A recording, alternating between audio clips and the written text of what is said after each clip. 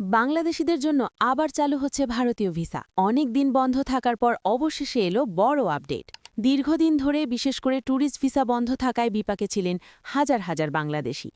৮ই April দিল্লির হায়দ্রাবাদ হাউসে বাংলাদেশের পররাষ্ট্রমন্ত্রী খলিলুর রহমানের সঙ্গে ভারতের পররাষ্ট্রমন্ত্রী এস জয়শঙ্করের বৈঠকে ভারতের পররাষ্ট্রমন্ত্রী জানিয়েছেন, আগামী কয়েক সপ্তাহের মধ্যেই বাংলাদেশিদের জন্য ভিসা প্রক্রিয়া সহজ করা হবে। চিকিৎসা ভিসা, ব্যবসায়িক ভিসা এই দুই ক্ষেত্রে দ্রুত সুবিধা দেওয়ার কথা বলা হয়েছে। দুই দেশের মধ্যে সম্পর্ক আরও জোরদার করার বিষয়েও আলোচনা হয়েছে।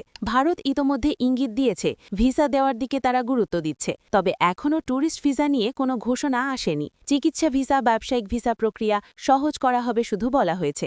এখনও পুরোপুরি ভিসা চালু হয়নি, সেটাও হতে পারে আগামী কয়েক সপ্তাহের মধ্যে। এখন প্রশ্ন আসে, তাহলে কি ধীরে ধীরে সব ধরনের ভিসাই চালু হতে পারে? আপনারা যারা ভারত যাওয়ার পরিকল্পনা করছেন, আপনার কি মনে হয় কমেন্টে জানান।